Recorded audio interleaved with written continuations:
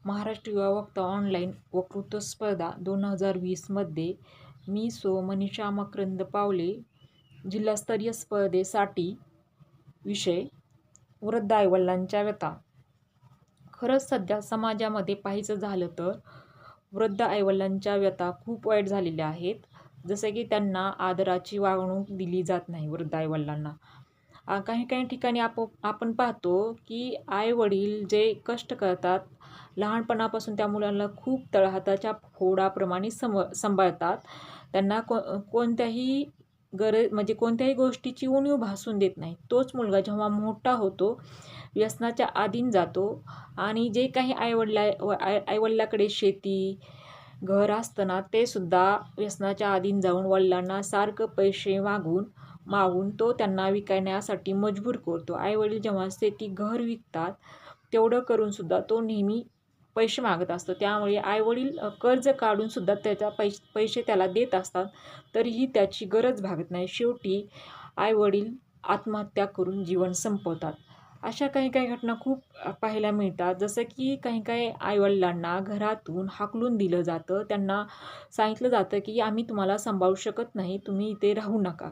म्हणून आईवडील घर सोडतात मुलाचं. ते घर सोडून आईवडिलांना त्यांच्याकडे आधार म्हणून काहीच नसतं, पैसे वगैरे. मग ते स्वतः रस्त्यावर येऊन भीक मागू लागतात. एवढी वाईट परिस्थिती आहे. आणि काही काही ठिकाणी तर जर मुलगा आईवडिलांना शेती, घर नावावर करण्यासाठी सांगतो, तेव्हा आईवडील जर त्यांना नाही म्हटले तर आईवडिलांना विष पाजण्याचा सुद्धा प्रयत्न करून त्यांना मारून टाकले जाते. एवढ्या विचित्र घटना या समाजामध्ये घडत आहेत. आईवडिलांना काय वाटत असतं की आपले मुलं-मुली एक जीवनाचा आधार म्हणून ते त्यांच्याकडे पाहत असतात. एक म्हातारपणाची आधाराची काठी म्हणून पाहत असतात. तेच मुलं त्यांच्याशी एवढं विचित्र वागल्यानंतर त्यांच्या मनाला किती वाईट वाटत असेल.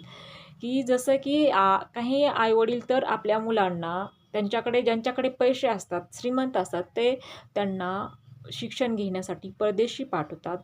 पाठवल्यानंतर तो मुलगा जेव्हा मोठा होतो, काही ठिकाणी वडील नसतात, आई असते, तर त्या आईला तो मुलगा एकही कॉल करून विचारत नाही की आई तू कशी आहेस? कारण ती आई जेव्हा मरण पावते, तिच्या हाडाचा सापळा होतो, तेव्हा त्या मुलाला समजतं की आपली आई मरण पावलेली आहे. म्हणजे इथे पैशापुढे आईला काडीचीही किंमत नाही, वृद्ध आईवडिलांना काडीचीही किंमत नाही आहे. ज्यांनी आपल्याला जगात आणलं, त्यांच्याशी तुम्ही एवढी वाईट त्यांना वागणूक देत आहेत. खरंच खूप वाईट वाटतं. आणि काही काही ठिकाणी पाहिलं तर आई-वडील मुलाचा सगळं आपलाच मुलगा आहे म्हणून सगळं शेती, घर त्याच्या नावावर करतात आणि परत तो मुलगा आईवडिलांना सांभाळत नाही. तेव्हा त्यांना कोर्टाकडे धाव घ्यावी लागते. कोर्टाला सांगावं लागते की आम्हाला काहीतरी आधार म्हणून एक म्हातारपणी तरी आम्हाला थोडं तरी काहीतरी मिळालं पाहिजे. शेती किंवा थोडं घर राहिला तरी मिळालं पाहिजे, म्हणून त्यांना कोर्टाकडे सुद्धा धाव घ्यावी लागते. एवढे वाईट दिवस मुलं आपल्या आईवडिलांवर आणतात. जसे की त्यांना माहीत आहे, उद्या आपला जेव्हा मुलगा मोठा होईल, तेव्हा तोही आपल्याशी असं वागला तर आपल्याला कसं वाटेल. पण त्याचा विचार करत नाहीत मुलं आजकाल. भविष्याचा विचार करतात की आपला मुलगा आपल्याला मोठा करायचा आहे, त्याला आपण चांगलं शिक्षण देऊ आणि त्याला मोठं करू, मग तो आपल्याला उद्या सांभाळेल. जर तुमच्या भूतकाळात ज्यांनी तुम्हाला सांभाळलं, त्यांचा तुम्ही भविष्याचा विचार करत नाही, त्यांना सांभाळत नाही, तर तुमचा मुलगा तुम्हाला कशावरून सांभाळेल.